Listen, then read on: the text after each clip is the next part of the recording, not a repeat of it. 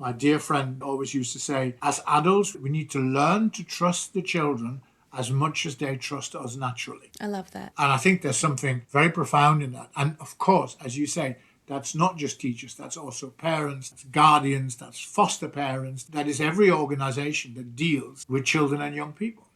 Welcome to Raw with Jay, the support we needed but never received. Welcome to Raw with Jay. We are not in the studio today because it is very late. We are over in London with Dr Ger Graus, and he is so amazing. We were just having a little conversation off screen, and I'm really excited for this conversation because we talk about empowerment with children, and we talk about them having control and finding their purpose and doing all of these things, and it's so normalized now in 2026.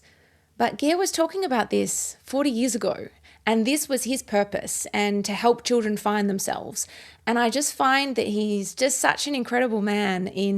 He was so profound and he was so ahead of his time back then, because all of the research that he's done is now coming to fruition on a daily basis. You know, you've got social media that's full of empowering children, but to do it back then, Ger, like, you are incredible. Like, you have really set the stage for the way that we parent our children now. And I'm so grateful to you for doing that, and for really, I'm sure it wasn't easy at the time, but finding your voice and finding a way to connect to children. So welcome to Raw with Jay. You've just given my age away very early on in the program.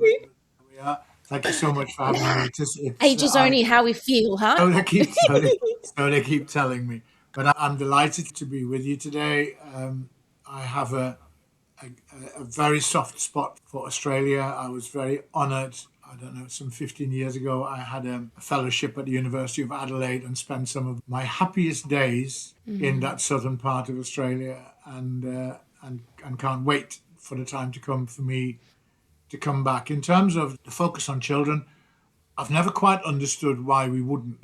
And I think if you're serious about educating and schooling, two different things, educating and schooling children, then don't create an accountability framework that's accountable to the system and the politicians, because you immediately begin to talk economics rather than education. If we're serious about educating the child and schooling the child, then our accountability lies with that young person. How well And did with it? us How long as did it well. work? How well did it work for you? Is ultimately the question. I love that. And it's not just the kids, it's us parents as well. Like, we've got to change ourselves to be able to fit in with our kids. Now, I want to read this quote that we just talked about, because I think that this really sets the stage for you as a human. And this is part of your book. You have an incredible book, which we're going to talk about in a second, because it really does set up the foundation of the conversation through a different lens, is what it's called. And you've just released it. It's a new release. And I think that it's lessons from life in education. And education space is where you've been for such a long time, and you have a very different outlook than many other people, and that's why I really do honour you. I just want to read this little bit. Before the age of 11, children should have exposure to social media and social networking. That's controversial enough as it is, isn't it, to say that? They are already engaging with it, and it is better to guide them safely now and teach them how to enjoy it responsibly. Alongside this, we must enable children to explore and believe in a world of possibilities, igniting their curiosity and empowering them to follow their dreams. It is through these experiences that they discover the endless potential within themselves. Let us ensure that children have the opportunity to explore, learn, and shape their own narratives and find purpose through doing so. We can't expect our children to reach their full potential by only experiencing life through the confines of school. If we want children to dream big, we need to empower them to find out how. Help children become future aware. That just spoke to my little heart.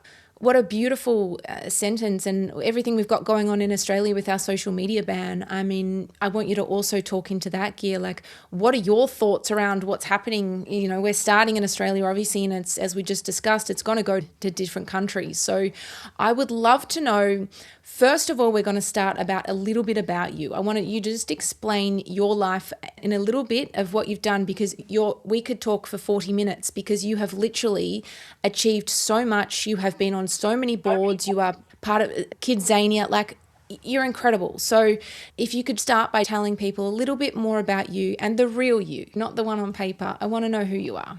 I'm a father of 3. I'm a dog walker of 2. I'm a husband of 1.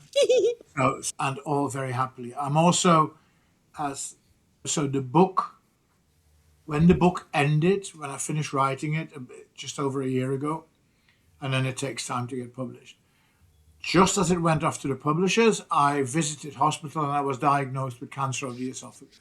So I then said to the publisher, I want the script back and I need to include this because that's also kind of this is now part of who I am. And that's been an interesting journey.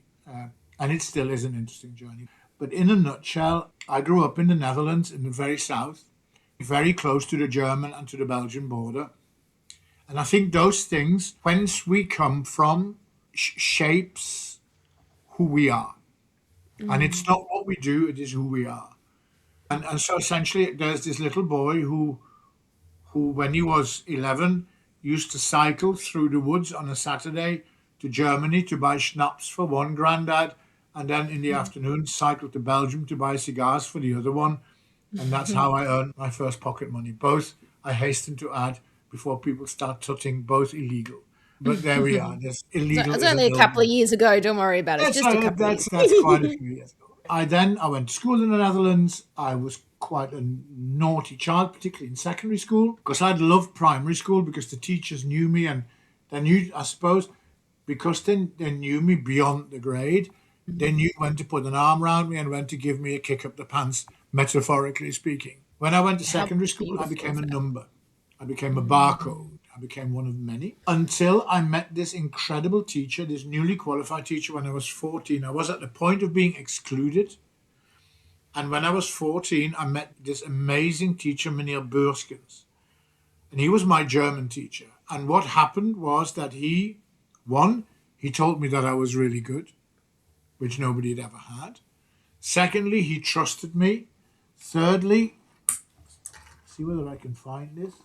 Yes, I can. Sorry to rummage through my things here.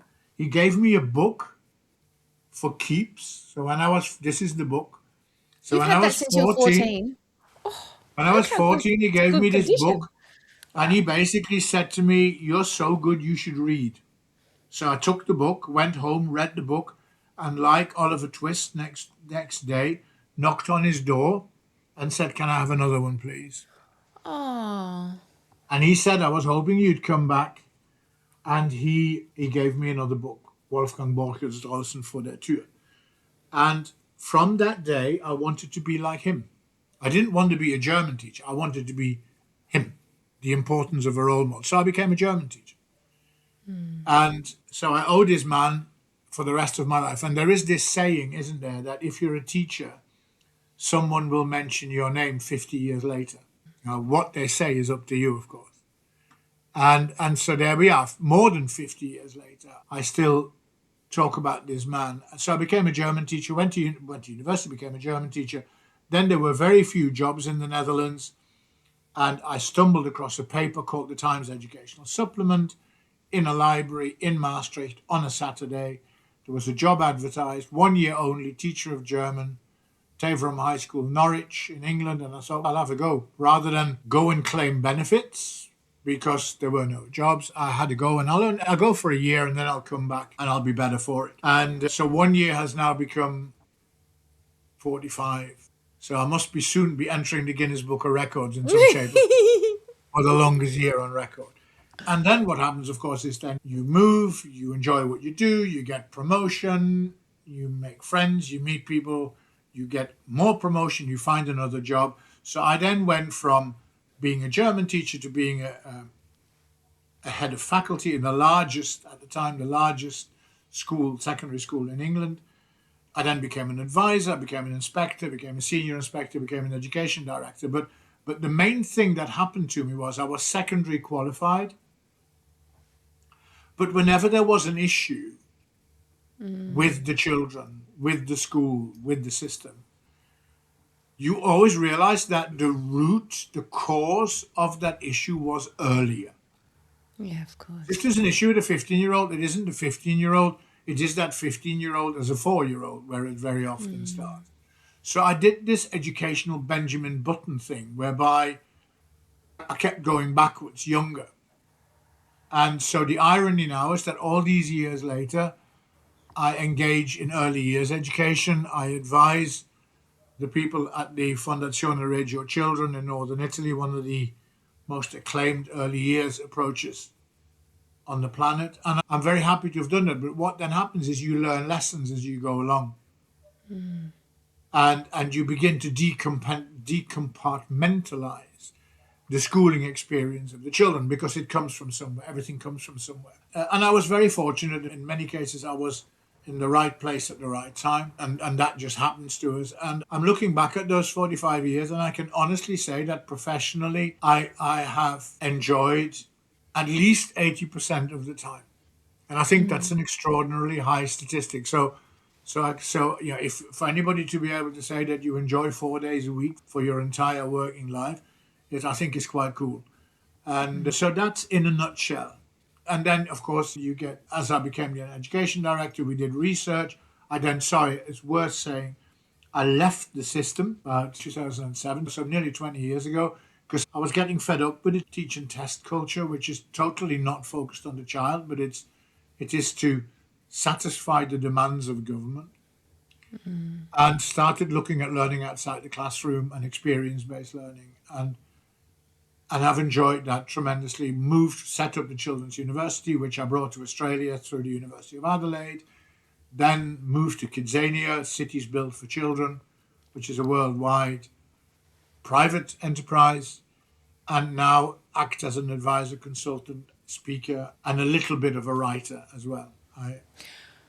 That's it, really. I love that you think that's just it, because that's a pretty fulfilled, beautiful, wholehearted life that you've got there. And I just want to really honour that one teacher that put you on this path. Like, one teacher can make or break you. And in that case, your teacher said, you're amazing and this is what you need to do. I had a year 7 teacher that anytime I'd put up my hand, she'd be like, you're not speaking. And there was no element of public speaking for me. She just squashed that. And I got shingles during year 7 because I was so stressed. There was definitely borderline bullying as a teacher with me. And that started my trajectory as a high school student. And it was really stressful, and I've now got a podcast because I've finally found my voice, and I'm 44 years old. You know, it's taken me so long to find that, and there's other obviously elements that have happened in my life. But I also had a year 11 teacher that told me that I'd never amount to anything in English, and I've had articles published all over the world. So I think that it is really important to note that as a teacher, as a human, as a parent, you can change or break somebody's life by the little comments that you can say to people, and making sure that we're more aware of those things. I think that it's all part of our journey and our experience and all of those things. But I think that, hats off to that beautiful man that came into your life and said, you're amazing, because it really did help you believe it. I think there's something about teachers in many ways in their defense. We train them to teach subjects, to pass on knowledge. And we set our targets as to how well they've passed on the knowledge. Because ultimately, when in a system like that, when you test the child, in many ways, you test the performance of the teacher. Yeah, how productive they've been. We very rarely prepare our teachers and say, you are a role model. At some point during the next, what are we now? Your academic year is just about starting, isn't it? Because you're upside down. So if you're a teacher, within the next 12 months, there will be at least one child whose aspiration it is to be like you.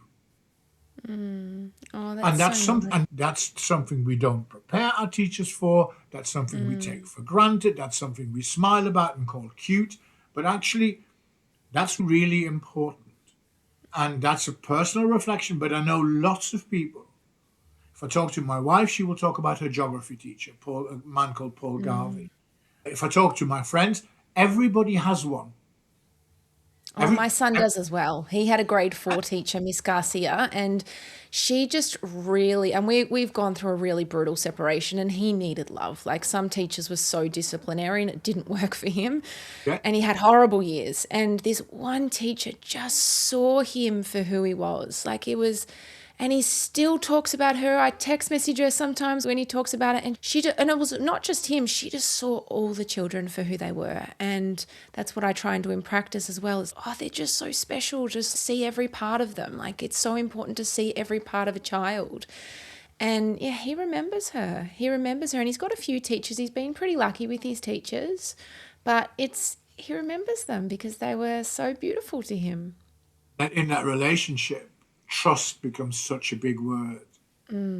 Because in the end, that's what that's about. Because, and my dear friend, the president of the Fondazione Radio Children, the late Carla Rinaldi, always used to say, as adults, we need to learn to trust the children as much as they trust us naturally.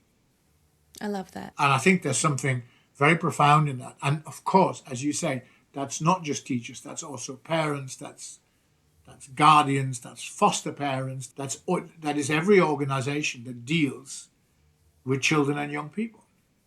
And that's what we do at Happy Souls Kids is like I talk to, as a counsellor for children, I will talk to parents about that exact thing. It's the connection. That is the most important connection that you can have in life. If you feel a disconnect with your kids, there's behavior things, there's all of this stuff. Let's just bring the connection back in. And that is where it comes from, is with everybody in their life, whether it's their at an after school function or family friends or whatever. Like, the connection with the kids is so important, and they can just be pushed away a lot, but just bring them in. If they're not behaving in a way that you're loving, I say just grab a game of Uno and play that with them and connect. Usually like push them in a room or close the door, as they used to do probably in my generation.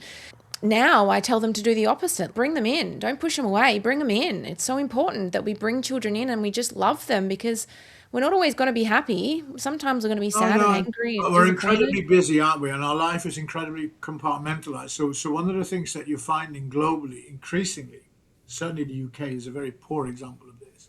England, in particular, is a very poor example of this. Is that parents now absolve their responsibilities? That's the school's job. Well, actually, you are a co-educator. I say to schools sometimes, when it comes to what is known here as sex and relationship education, why are the parents not invited into the classroom? Because the sex bit or whatever you might call biology, and that's how the bits fit and how it all works and where the little ones come from and all those bits. But the relationship bit, it is not something that you can teach in 45 minutes. It is something that you need to learn to live. And particularly in an age when we talk about young people's exposure to social media, where very often the role model example of how to behave, particularly towards women and young women, is highly questionable. That's a joint responsibility. We can't go, oh, the school will deal with that bit. And I think we need to absolutely come to a point whereby parents begin to see themselves as co-educators, and that schools see parents as co-educators, and that we work together at this bit rather than come to a parents' evening for 5 minutes every year and go away again. And actually, in fairness, also the parents going, it's the school's job, nothing to do with me. And I think we need to go back to placing the child in the middle. Oh, you're speaking my language out here. My little heart's going, yes, yes, yes, yes, yes. Putting the pieces of the jigsaw around each individual child. And incidentally, each child is different. So the one-size-fits-all approach, it's high time that we ditch that, because we cannot talk about personalization and then have 30 kids sitting in a classroom facing the front being told when they can go to the toilet and when they should put their hands up and not. That's not learning, that's teaching. Or maybe control. and control. The older the youngsters become, the more obsessed we are with control. It's almost as if we're frightened of them. Yeah. Yeah, I agree. Now, you have a very different outlook on children, and I want you to go into the way that you feel about children, because it's very detailed in the book, and we go through different elements of seeing the child wholeheartedly for who they are. And I'd love you to talk a little bit more about that, because the way that you speak about children is so beautiful, and you were doing this 40 years ago, and it's just divine. The children are, again, I'll quote my good friend Carla Rinaldi, children are citizens. And they are citizens of the now. So they're not When they're born, they're not born as future adults. They have rights, and one might well argue responsibilities. From the moment they are born, the responsibility is about, even when you're very little, is about simple things like how well you behave and adapt to certain circumstances. The elements of respect that hopefully you will have learned and that will have been taught you. It is your responsibility to exercise those in whichever way a 2 or 3 year old does that. Yes. Yeah? But the child also has rights. And I think one of the things that we do, particularly when they get older, because we cope reasonably well when they're little and they go to primary school or elementary school, because they are also physically, they are smaller than us. So we can look down on them and tell them where to go, kind of thing. When they get older and they become taller than us, then we start to struggle with them and we don't quite know what to do. So there are many countries, including the United Kingdom, where we are now talking about giving 16-year-olds the vote. Please Wow. don't give 16-year-olds the vote. Please don't No. do that, because you need to prepare them for that responsibility. I'm all in favor of it, but not in the current circumstances. You need to let them learn, let them experience, and teach them the rules, the regulations, and the responsibilities and the rights. Otherwise, it would be a little bit like saying, Jacintha, here's the car keys. You don't need a driving license at all. Just off you Just go, right? go for it.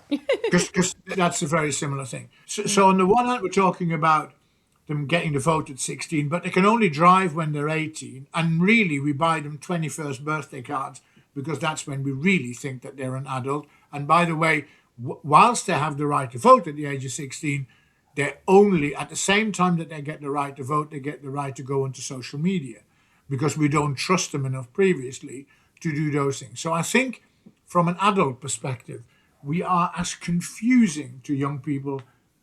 We literally get 10 out of 10 for sowing confusion.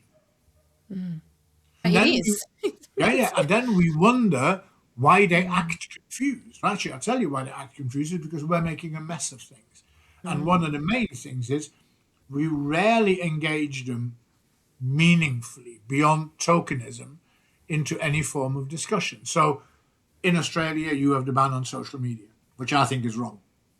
Oh, can we go You, into that? you, Can we yeah, go? yeah, we're copying that in the UK, but I don't know enough about the Australian approach. But certainly in the UK, we're talking about, it's now being discussed in the House of Lords and in the House of Commons. And should we ban social media almost as a populist measure? Nowhere have I seen an attempt to talk to the young people themselves.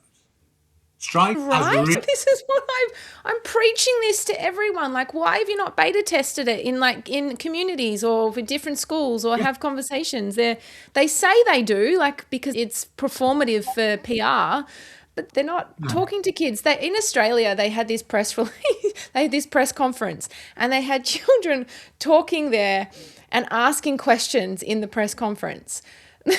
The way that they spoke, it was handed to them. That wasn't children's yeah, language and children's right. words. It was just performative for Annika Wells and Elbow, who we've got here, that were in charge of all of these things. And it was just so wrong. Get the kids to ask the questions that they want. Anyway, sorry. I'm very passionate about that area. This whole thing with social media I find really challenging. So please keep on going. I think it's difficult. There is no doubt that it's difficult.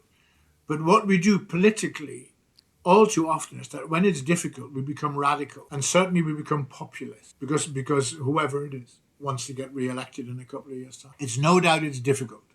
It's no doubt that in that discussion, many adults are concerned about their children and want to protect them. Yeah. All those things, and we need to recognize that and we need to honor that. It's also true to say, I don't think that the children aren't engaged enough and the young people aren't engaged enough in that debate. And then the other thing is, and we need to really own this, there's nothing wrong with the technology. There's absolutely nothing wrong with the technology. There is a lot wrong with the behavior of the people behind the technology and using the technology.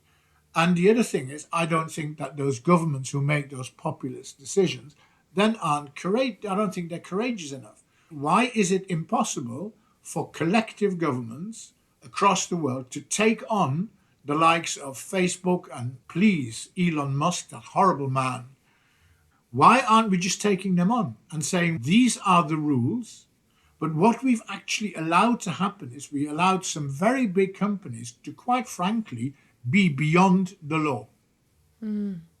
So what we're doing is we're attacking it from the wrong end. Now let's just imagine when the car was invented, everybody was slightly nervous, and my granddad used to tell the story that he remembered the first car in the village where I grew up, and somebody walked, it was the doctor's car, and somebody walked in front of the car with a red flag to warn people that the car was coming. So even at the point of the car's invention, we already knew of some of its potential danger, and we started to do something about it.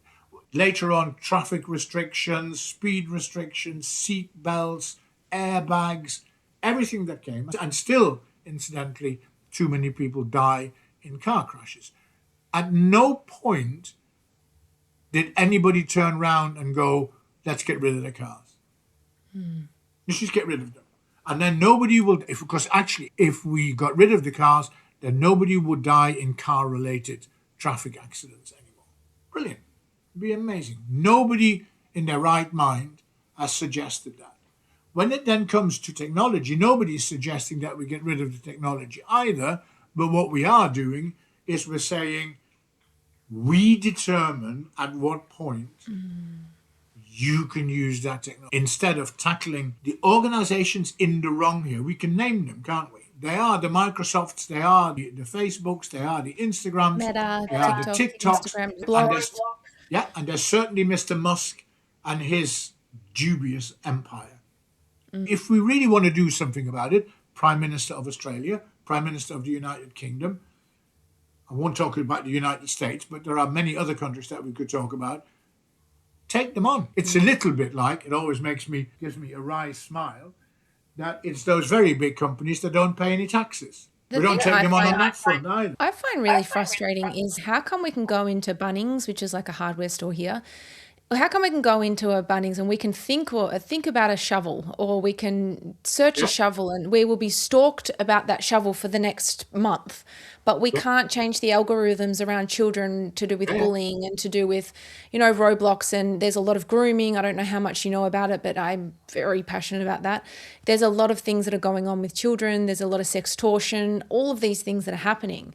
So if Meta and the bigger companies can really stalk us about what we're doing, why can they not change the algorithms? Like, why are we not Because going deeper into this? Because I you guess that have to means they can't conclude, control Jacinta, us. because they don't want to. Because surely it is not beyond their technology to make that happen. I wouldn't say overnight, but fairly quickly. There is no will to do that. That's the argument. So what is the solution? What do you think the solution is? So if you could be in charge of Australia and the UK to do with the social media ban, like what would you do different?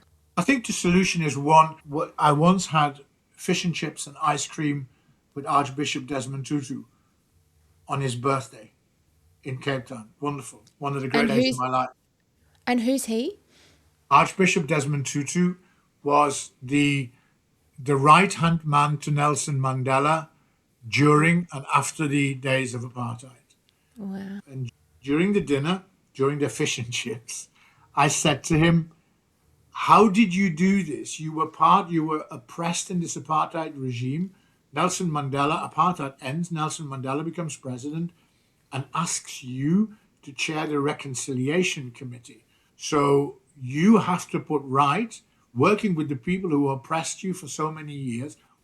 How did you not get angry and want to hit them?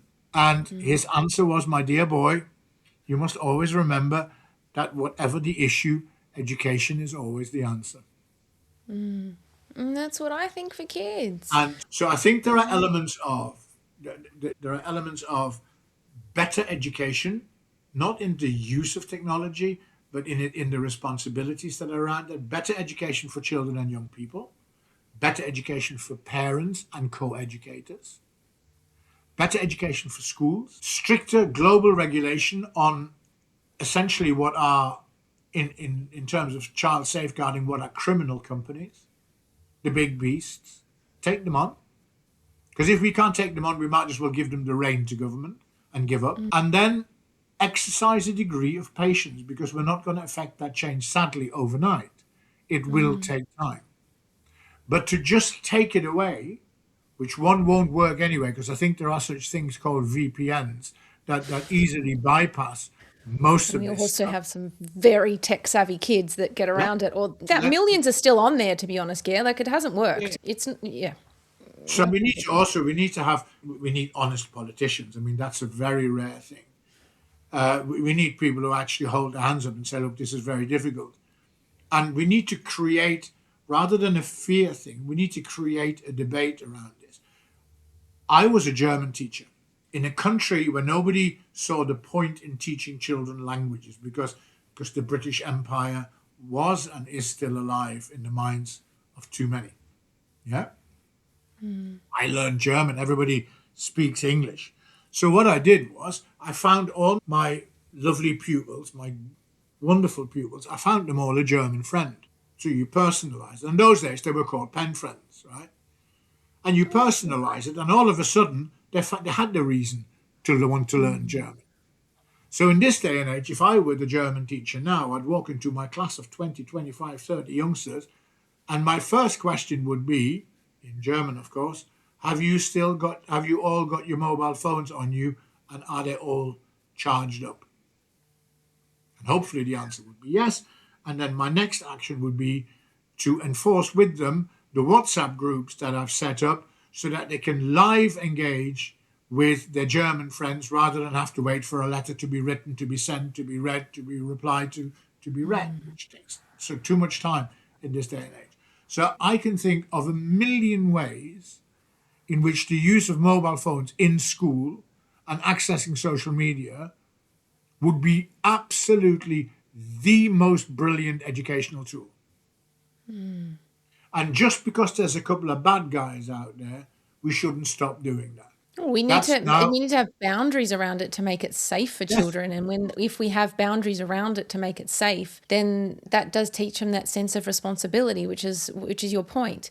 It's like, if you take it away and you don't explain the why, if you don't go into depths of like why it's a problem, kids are just going to do it behind your back. Whereas my son, we can fly to the moon, and soon we will fly to Mars. And you're telling me that we can't control the use of social media. And if we can't control it, then the answer becomes really easy. Pass laws that criminalizes it and shut them down. Shut Meta down. Yeah, I If think you're there'd be not too many prepared, companies that earn too much money around that to do that, Ger. I think there's a lot of corruption out there. no, but we were having a conversation about the right thing to do, not the crooked thing to do. Yeah, okay. In the end, this is not about doing the right thing. This is about economics. Well, let's just call it a spade then. And let's say that. And let's stop pretending that we can do something about, or that we are prepared to do something about these things. I think it's a nonsense. And I think we need to have that debate. Again, my prediction will be that the Australian experiment will fail. And the reason it will fail is because it did something wrong from the outset. It lacked the proper engagement of the people who were mostly affected by it. Give me a class. Very disciplinary. You know that example about using WhatsApp in the classroom. Give me 25 youngsters. Give me 25 8-year-olds and 16-year-olds. I can get them to come up with the rules within an hour that are better, more enforceable, if that's what we want to call it, certainly more manageable than anything the grown-ups can come up with, and they'd be very good at policing it themselves as well. But you can't enforce, you can't have a set of rules that you just force onto people without ever engaging with them about it in the first place. It's total nonsense. And you talk about that in your book a lot, about how we're teaching children, teachers are just teaching kids, they're not helping them to learn. Yeah. So we're just forcing them to learn a different structure, but it's not actually going into the child and who they are as a wholehearted person. And that comes into KidZania, because you're obviously on the board of KidZania now, and that's a huge thing for you. And can you talk about KidZania a little bit, because that's That's quite revolutionary what you're doing, and I wish you would. I know you've tried in Australia, but maybe we can try again. Is bringing KidZania, because I've had so many conversations since I've been in this space with people that are just like, oh gosh, we wish one would come to Australia. So maybe this podcast and all the people that are listening, someone out there will be like, I'm going to bring it here. So can you talk about KidZania a lot, because I just love your outlook with children of letting them be who they are and follow their passions and follow their dreams. And we don't learn So the that from reason, a classroom, as you say. so the reason KidZania has not yet come to Australia is because the economics. And there's the first downside of it, right? Because the economics don't work. It is because of, quite rightly, the labour laws that Australia has, in my view. Everybody is as well looked after as possible. It also makes it quite expensive. So the economics of that don't work. So that the reason it's not there, we did try for Melbourne, we did try for Sydney, and But can't we have just some form of government support if they're oh, that saving children? If they're oh, saving the children and they're all about kids.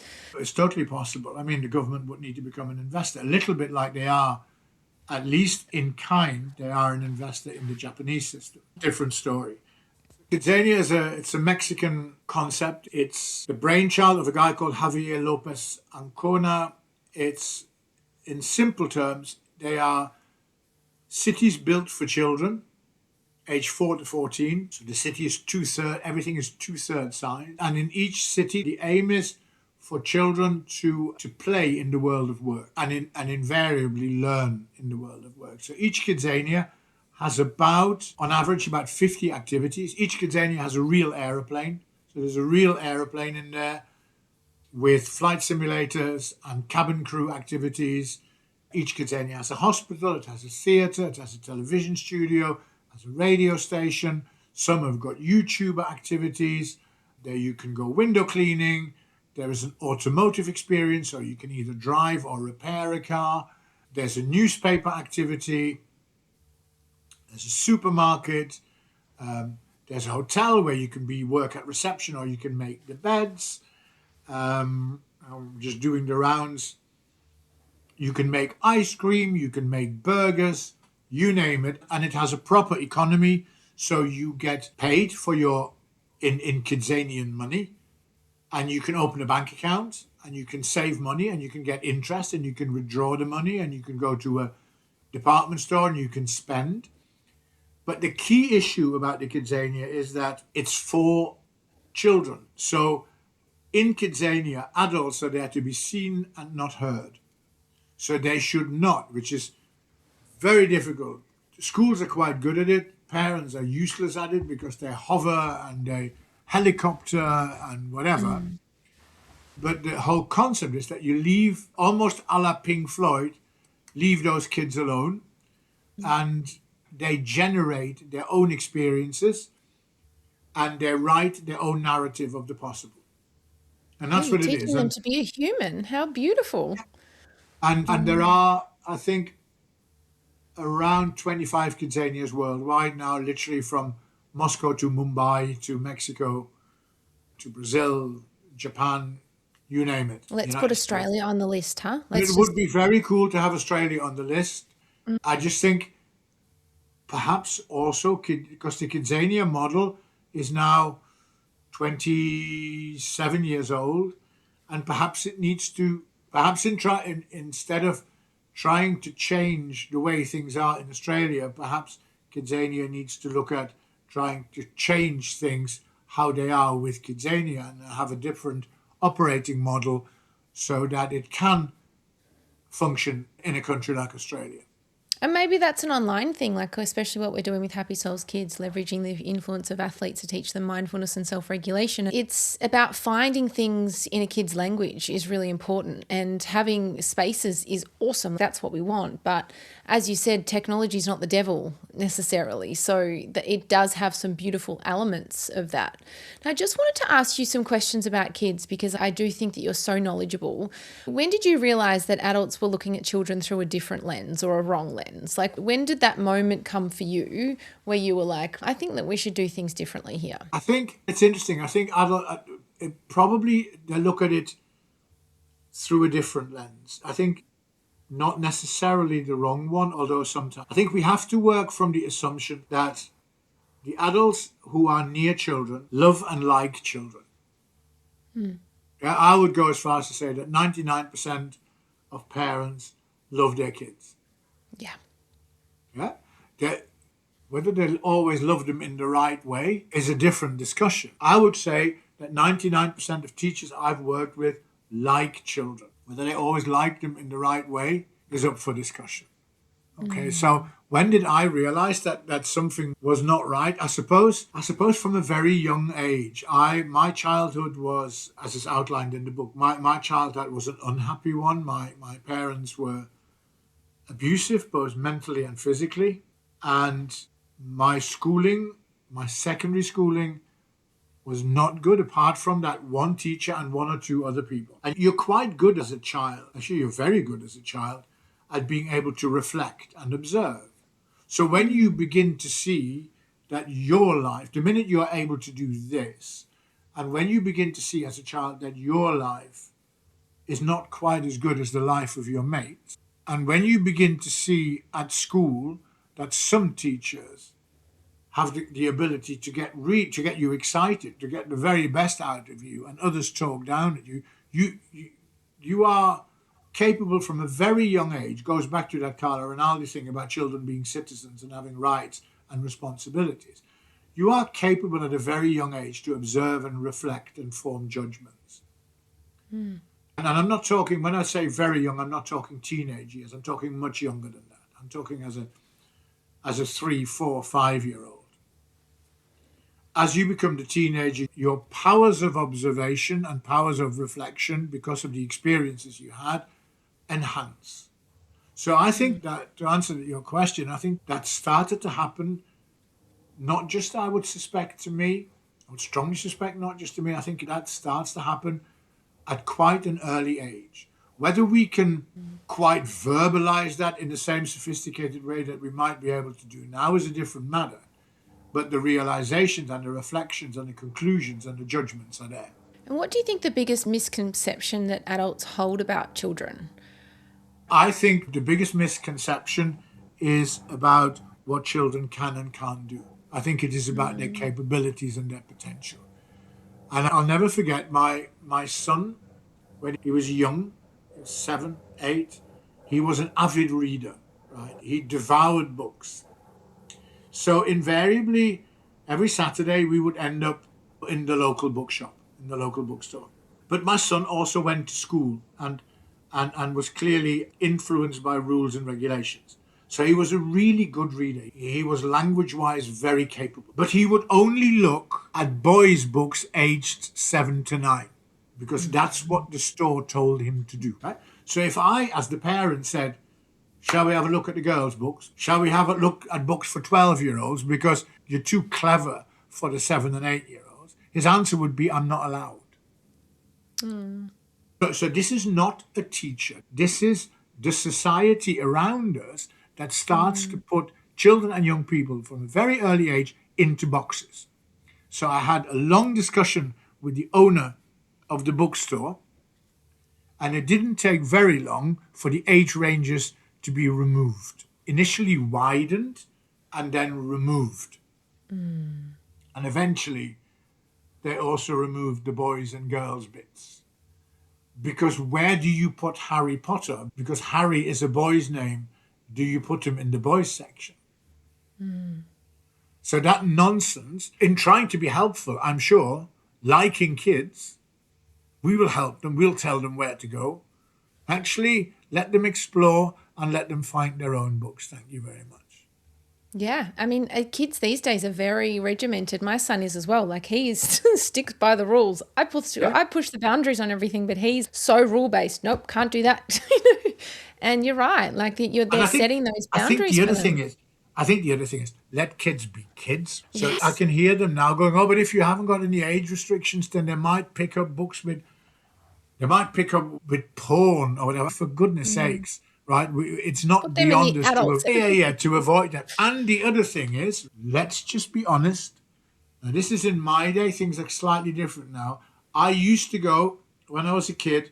I used to go and get the Saturday or the Sunday paper for my parents. So what happened is you went to the paper shop, you picked up the paper, which was on the bottom shelf, so the Dutch equivalent of the Sunday Times, the Telegraaf of Parool, Volkskrant, whatever it was. And you picked up the bottom shelf. On the top shelf were the naughty pictures. Right? There was no way that you didn't pick up the newspaper from the bottom shelf and let your eye float to the top shelf before you went and paid. Kids and teenagers will be teenagers. And Oh, there they is this push boundaries. Absolutely. and there is this wonderful thing that my favorite book is Antoine de Saint-Exupéry's The Little Prince. And there is a quote in that book that says, all grown-ups were once children, but only few of them remember it. We Yeah. would do well to remember. Yeah, to let kids be kids, I love that so much because it is. It's like they are children. They are going to push the boundaries. They are going to make mistakes. They're going to do, and so do you. You've made mistakes too. Like I look back at my childhood and I'm like, whoa. And, you know, I think that we've got to allow kids and parents and everybody as humans, like have more compassion to the fact that we're not always going to show up as our best self and neither are children.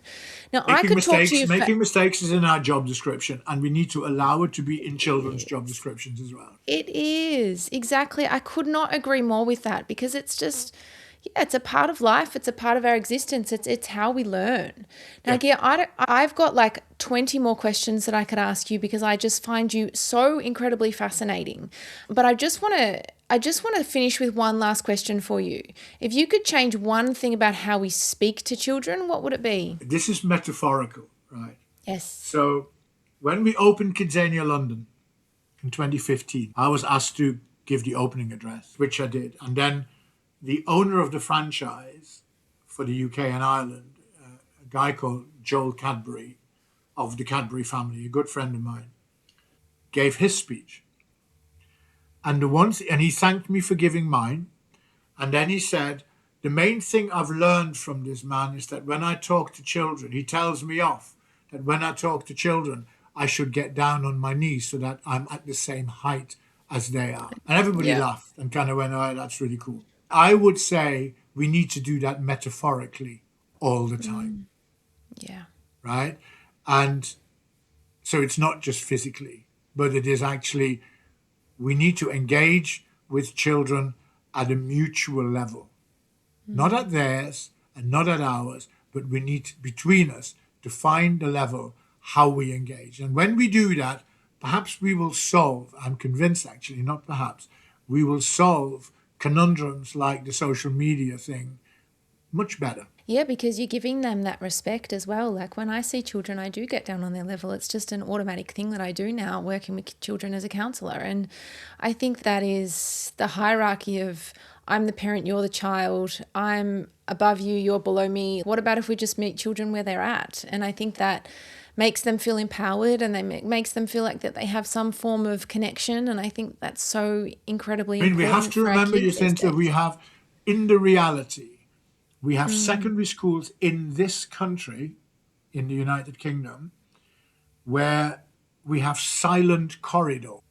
Yeah? No, we don't. Yeah, where children are allowed to go to the bathroom only if they put up their hand and the teacher gives them permission, whether they are boys or girls. So that's my starting point.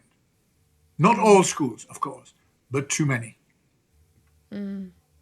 Yeah, I'm going through the high school thing at the moment. My son's in grade 6 and I think I've seen about 15 schools and it's so hard to know whether to put your son in public or private school. I went to an all-girls school. I love co-education because I think that that's real life. I was scared of boys for so many years after I finished, and it is so hard because the difference between a private and a public school, you can feel it. You can definitely feel the discipline that comes with that, whereas some schools are beautiful and some schools really do make the kids be seen and heard and valued. There's one that my son just applied for a scholarship because this mama over here doesn't have the private school fees yet, Ger. It's why can't we just see children for who they are? Yeah, I agree. Yeah. every part of them. With my son, he's into tech, and I thought that I'd be an earth mum. I'd live near the land and I'd be surfing and we live near nature, and I thought that's the life that we would have. And my son has an engineering brain. He was putting batteries in toys when he was 2 years old, and he's so incredibly intelligent with tech that I had to surrender to who he is as a person. And I think we need to do that more with all of our kids, is that I was stopping part of his soul by stopping him being on technology. Now, he needs serious boundaries because he will be on it all day. But it does, he's so smart with it. He really is beyond his years in the making. When he was 3, actually, we were making Lego, and he'd say, "Mummy, can you help me? Can you help me?" And I'll be like, "No, darling, I think you've got it. You've got this. I want you to give it a try." And now he can build the most ridiculous things like sheds for my sister or big Legos that are 18 plus, because I think that we do too much for our kids sometimes, and we need to let them find their way. And I know that you talk about this a lot in your book and in the work that you do, and I think that you are amazing. Your book has been extremely inspirational to me. You've definitely spoken a language that speaks to my heart, and from children and parents all around the world, we just want to say that we appreciate you and thank you for being ahead of your game and taking a chance on children in a way that's definitely paid off. But if it was people like yourself that didn't take that chance all those many years ago, parenting might be a lot different. So just give yourself a little high five, fist pump, little hug, and just honor how how much you've done for our children around the world. And yes, so thank you. And how can we support you, Ger? Like, how can we support you as a human being? You've done so much for the world. I encourage people to buy your book through a different lens. I've got it on Spotify, and obviously you can buy the printed copy as well. But how can we support you? What can we do to support you? I suppose my first thing would be support children, right? So whatever you do, there is nobody who can do nothing. Everybody, it's my wife's mantra in her school. Every child is everyone's responsibility, and that school and she live that, and it's possible, and it includes parents and wider communities and grandparents and businesses and NGOs and what have you. On a very selfish note, I have this thing. 12 years since I was in Adelaide, which was my last Australian visit. If there are opportunities to speak, work in Australia that are out there, and any of your listeners are interested, that's my very personal bucket list, right? At the age of nearly 69, I want to go back to Australia at least one more time, not as a tourist, but actually to speak, to work, to engage. And so if that opportunity were to arise, I should be over the moon. We need to get you over here to hug some koalas, Ger. We need to get you over here probably during summer, as we talked about, not the winter, just to see some koalas and kangaroos. And I think that your voice would be so appreciated here. And so let's do everything that we can to get you over here and use your voice, because you're amazing. And yeah, just please give yourself so much credit for everything that you've done for the world. Sometimes I don't think that we give ourselves enough credit for those things, and I just want to thank you. And please, I'll put it in the show notes about Through a Different Lens. And so that is Ger's book, and it's incredible. It really makes your heart sing. It makes you think differently about things as a parent as well. And yes, so hopefully we'll get you back on, and next time we get you back on, we'll be announcing that you're coming over to Australia for some form of book tour or some form of speaking gig that we're going to get you. I'd love to do one of your big conferences in Melbourne or Sydney or my favourite Australian place, which is Adelaide. You definitely need to come to Melbourne, but it mightn't be your favourite place. It mightn't be your favourite place. If it permits, we can take you everywhere, to Sydney, to Melbourne, to Perth, as you just talked about going on the train to Perth. And let's fill those bucket lists while we can, because you've had a big couple of years, and now you're not just an inspiration to me, you're also my friend. We've had numerous conversations now, and I do think that you're wonderful. So thank you for everything you've done for me and also what you've done for the world. That is Raw with Jay. We just want to appreciate Ger. It's amazing to be able to meet these people and have this voice on this platform. and have a voice for them and appreciate them and honor them for all of the work that they've done, because this is what we want to do, is the hard conversations, even the social media ban, and we're talking about schools and all of these things that feel really uncomfortable. And that's what we're here for. We're here to have those uncomfortable conversations to maybe make you think a little bit differently.